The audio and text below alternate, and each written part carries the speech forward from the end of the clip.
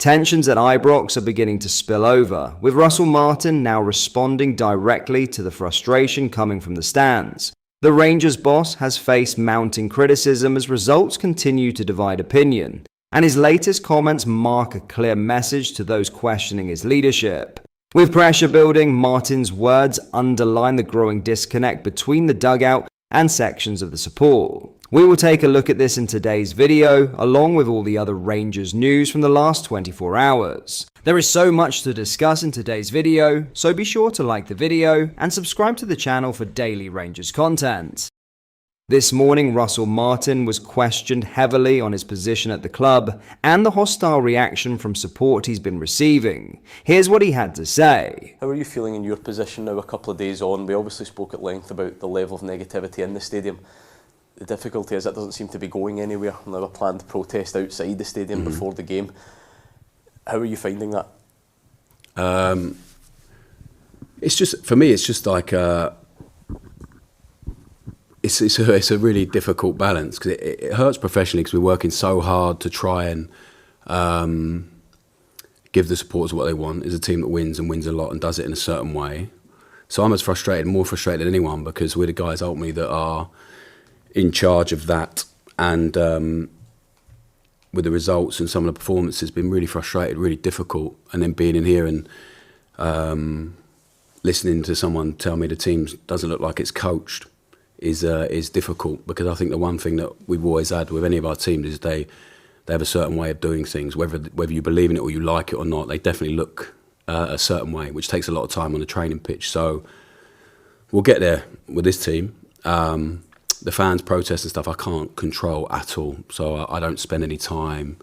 I have to respect it. I have to understand their frustration and their annoyance, but I feel every bit of it as well. But I do think it's an amazing opportunity for us as a team to come through this period and to grow through it and to be so strong from it. And hopefully at that point, then everyone will come together. We just need to win football matches. So the protests and stuff like that, I can't take it personally. I don't know any of them, and they don't know me, and they don't know how hard we're working. But I think the people inside the building, I feel incredibly well supported. The players, the staff, ownership, and as long as that continues, then it'll be fine. Russell, I was just going to ask you that point, if you can get a result this weekend, if you can come through the tough week that this has been, how big could that be for the players' mindset and the psychology that you've been talking about this week? Yeah, individually it'll be huge for some of them. I think we've had a tough period at every club we've been at, because we've always gone into a club that is very rarely in football do you go into a club that is really clicking and you go in and just try and add your own spin on it. So you go into clubs most of the time because there's a problem or they're not happy with something. And every club we've been at, we've got because we do things in a certain way. So that was the reason we came here, to do things in a certain way, which the ownership and Kevin and everyone felt that this club needs a certain way of doing things. We haven't quite got there yet, so that's been frustrating. But every club we've been at, when you get through a tough period, the potential then for what's on the other side has been immense, and it will be even bigger here because of the size of it all and the collective energy. So we can change that by winning football matches and putting proper performance. So and actually sometimes the more noise there is, the more opinion there is actually easier to ignore. So because it just becomes a big blur, and it's much harder for the people around me, like my family and stuff, to deal with than it is for us, because it's a professional thing you have to accept. You mentioned, Russell, your family there. I mean, just how difficult, on a personal level, was last week for them, because, most of us were here last week. We heard the chants, we heard the cries. That must be as hard for you than anything else, to try and reassure them and comfort them. Yes, that's the personal bit that is difficult, because people worry about you, and I think they read. Well, I don't read any of it, so they do, because they want to feel like some connection with it, because I'm a long way away from them. So. But I think last week is a lot of perspective. Like, I wasn't very well. I got out of bed on Thursday and Friday to take the session and went back to bed. I had a chest infection all week. My daughter's been in hospital for 3 nights this week. But it's not like... that gives you perspective, because it's difficult seeing your kids poorly and all that stuff. But like, I read a few things. My mum sent me saying how unwell I looked or beaten up after the game. It's because I'd been in bed all week. I wanted to sit down at 60 minutes, but I felt I couldn't, because I was getting shouted at by a lot of people, and it would have looked a certain way. So you have to be aware of all of that. But honestly, for us, you have to accept it. Coming to a club like this, I knew the intensity of it was part of the excitement and the challenge of coming here and choosing this job over others. So if you want to enjoy it when it's going well, you have to accept it when it's not as well. So for us, fine. For the families, they have to be used to it because I want to be a manager for a very, very long time. So they're just going to have to find a way to deal with it. Martin was also questioned on the situation with Nico Raskin, giving us an insight on what to expect going forward. Have a watch. Can I ask an update on Nico Raskin as well? Could we expect Yeah, he's in him? the squad. Yeah, he's trained really well this week. I think even that situation, maybe it's a necessary thing for this group to improve, to understand what is really important.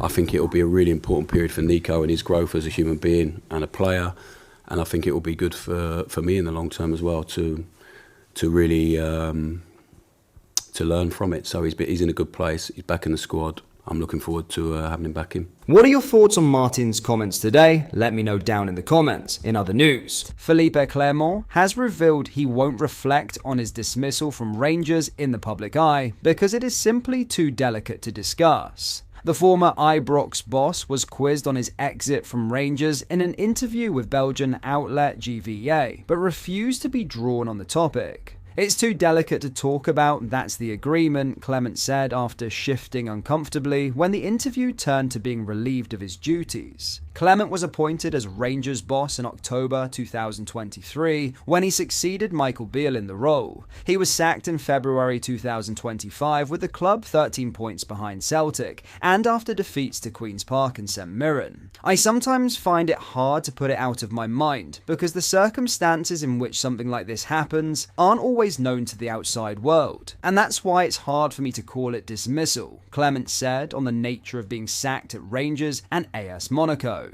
The former Ibrox boss, though, is confident he is still held in high regard both in Glasgow and Monaco for his work in the dugout. He added, "The trick is to look past it. I may have joined those clubs at the wrong time, but I'm still well liked in Monaco and Glasgow because they know the work I've done." Clement is keen to return to the dugout in the near future and is confident he will receive offers. However, he will not be back in a job for another 2 or 3 weeks due to recovering from hip surgery. He said, "I'm not ready yet, and I'm talking about that hip surgery. I've only been walking without crutches since last week. It won't be for another 2 or 3 weeks before I'm ready to get back into it, and something will come up, I'm sure of that. I also want to keep working abroad. New adventures, new cultures, a certain way of working.